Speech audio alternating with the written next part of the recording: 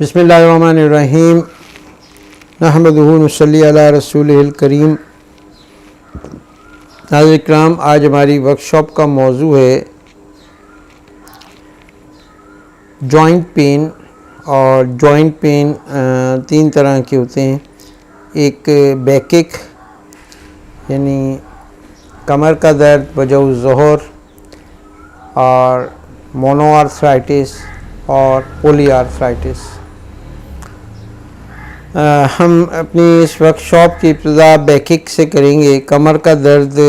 Basically बहुत सारे कमर के दर्दों में ये ज़रूरी नहीं है कि कमर का दर्द मोहरों का दर्द ही हो या सियाटिका ही हो या स्पॉन्डिलाइटिस हो। कमर का दर्द basically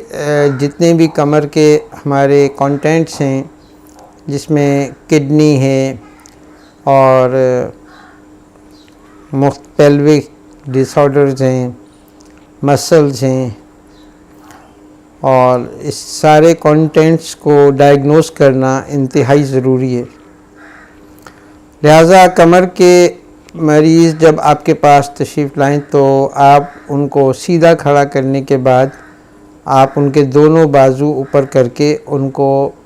right and left move करने को कहें। पूरा बॉडी को ट्विस्ट करके देखें। फिर उनको रकू में जाने का कहें और नीचे बैठने और उठने का कहें। इन किसी भी किस्म की मूवमेंट्स में अगर दर्द बढ़ जाए या मूवमेंट करते हुए मरीज़ को परेशानी हो तो ये यकीनन कमर का दर्द मोहरों का दर्द ही होगा। इसके साथ अगर उसके पाँव सुन्न होते हैं, अंगूठा ख़ास तौर पे, या छोटी उंगली सुन्न होती है और उसका कमर का दर्द नीचे टांग की तरफ रेडिएट करता है तो यकीनन ये कमर का दर्द ही होगा। इसके साथ अगर कमर का दर्द में ये सिम्टम ना मिलें बल्कि पेशाब में जलन, पेशाब में तकलीफ़ या गुर्दे में पत्थरी की शिकायत की वजह से भी कमर में दर्द हो सकता है। इसके अलावा मोस्टली जो 90% पेशेंट हमारे पास कमर के दर्द के आते हैं वो मस्कुलर स्पाज्म के होते हैं, मस्कुलर रिजिडिटी के होते हैं, जिसमें कि एसिड डेपोजिशन डिजीज़ जो हैं वो देखने में आती हैं। तो कमर के दर्द के साथ एसोसिएटेड साइंस जो हैं वो आपको एक चेक लिस्ट के तौर पे देखना ज़रूरी है कि कमर के दर्द के साथ मरीज़ को वेट लॉस तो नहीं है, बुखार तो नहीं है, उसको कमर के दर्द में कहीं सुर्खी या कोई स्पाज्म या कोई किसी किस्म का सोजिश या उसकी रेडनेस तो नहीं है। दर्द जो है वो दिन में ज़्यादा होता है या रात में ज़्यादा होता है, टांग की तरफ रेडिएट करता है या नहीं करता, यूरिनरी डिसऑर्डर्स कुछ हैं या नहीं है, और कमर की दर्द के मकाम पे या पैरों में या कहीं पे भी एसोसिएटेड जगहों पर सुनपन की शिकायत या नमनेस की शिकायत है या नहीं है। इन सारी चीज़ों को, इन कॉजेज़ को चेकलिस्ट के तौर पे आपको एवेल्यूएट करना है। और जैसा कि आप देख रहे हैं 10 के करीब अमराज ऐसे हैं जिसमें कमर का दर्द जो है वो मुश्तरका तौर पर पाया जाता है। एक तबीब के इंतहाई अहम ज़िम्मेदारी है कि वो कमर के दर्द के मरीज़ों को बहुत अच्छे तरीके से उनका क्लिनिकल वर्कअप करे और किसी भी किस्म की इन्वेस्टिगेशन में ताख़ीर जो है वो मरीज़ के लिए बहुत ज़्यादा तकलीफ़ का बाइस बन सकती है। लिहाजा सबसे पहली चीज़ कि कोई ट्रॉमा या स्प्रेन या वज़न उठाने की कोई हिस्ट्री है या नहीं है। इंट्रावर्टिब्रल डिस्क हर्निएशन या डिस्क डीजनरेशन जो है वो उसको डायग्नोस करना इंतहाई अहम काम है। ऑस्टियोआर्थराइटिस ऑफ द स्पाइन,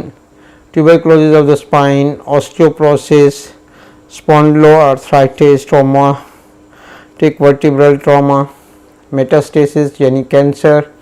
और पेल्विक इन्फ्लेमेटरी डिसऑर्डर्स, और इसके साथ ही यूरिनरी डिसऑर्डर्स भी हैं। तो नाज़रीन, आप एक मुआलिज की इंतहाई अहम ज़िम्मेदारी है, ख़ास तौर पे वो लोग जिनका हिजामा से बहुत ज़्यादा वास्ता पड़ता है, उन लोगों के लिए ये बहुत ज़रूरी है कि अगर वो डिफरेंशियल डायग्नोसिस और इसके असूलों से वाकिफ़ नहीं है और वो सिम्टोमेटिक ट्रीटमेंट के लिए मरीज़ का हिजामा कर देते हैं और खुदा ना खास्ता उसको बैक एंड पे कोई इन्फेक्शियस डिसऑर्डर्स हैं, कैंसर है या टीबी है, तो वो इनके लिए, ऐसे लोगों के लिए उनका ये कदम जो है वो बहुत ज़्यादा ख़तरे का बाइस बन सकता है। अब वन बाय वन हम इन सारी डिजीज़ के डिफरेंशियल डायग्नोसिस के स्पेसिफिक पॉइंट्स, उनकी टेम्परामेंटल कोरिलेशंस, उनकी डायग्नोसिस डिस्कस करेंगे और उनकी मैनेजमेंट। स्प्रेन या खिंचाव या स्पास्टिसिटी, ये भी एसिडिस यानी कि डिपोजिशन डिजीज़ इसके बैकग्राउंड में होती है बहुत सारे लोगों में, यानी कि लचक जो है उनके मसल्स में और उनकी हड्डियों में बहुत कम होती है, जिसकी वजह से अचानक खिंचाव पड़ने से उनके लिगामेंट्स या उनके सॉफ्ट मसल्स जो हैं उनमें इंजरी हो सकती है। इसकी वजह से माइल्ड किस्म की जॉइंट के ऊपर यानी कि स्वेलिंग हो जाती है, रेडनेस हो जाती है, मसल्स जो हैं वो शदीद दर्द करते हैं, पाँव उठाने की या उस मुतासरा मकाम को मूवमेंट करने में बहुत ज़्यादा तकलीफ़ होती है और मसल्स जो हैं वो वज़न नहीं उठा पाते। ये इनके साफ इसमें हिस्ट्री जो है वो